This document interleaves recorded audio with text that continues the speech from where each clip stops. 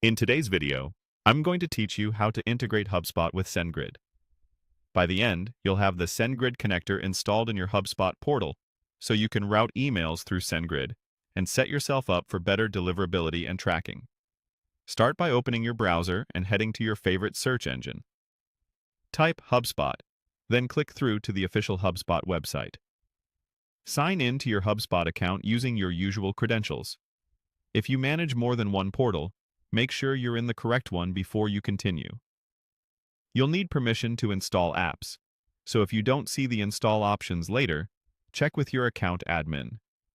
Once you're in, look to the top navigation bar for the Marketplace icon. It's the entry point to Hubspot's App Marketplace.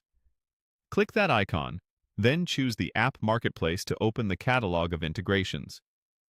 In the Marketplace, use the search bar and type Sendgrid. You'll see results related to Sendgrid. Click the listing called Sendgrid Connector. Take a moment on the listing page to review what the connector does, the permissions it requests, and any notes from the provider. Verifying the app details up front helps avoid surprises later. When you're ready, click Install. Hubspot will prompt you to select which account or workspace you want to connect. If you have multiple portals, pick the one you're currently working in. Then confirm your selection by choosing the account. Next, you'll see a permissions and authorization screen. Read through the requested scopes so you understand what access the connector needs. Check the box to accept the terms and privacy policy. This is required for the app to proceed. After that, click Connect App to authorize the connector. You may see a brief redirect while Hubspot and the connector complete the handshake.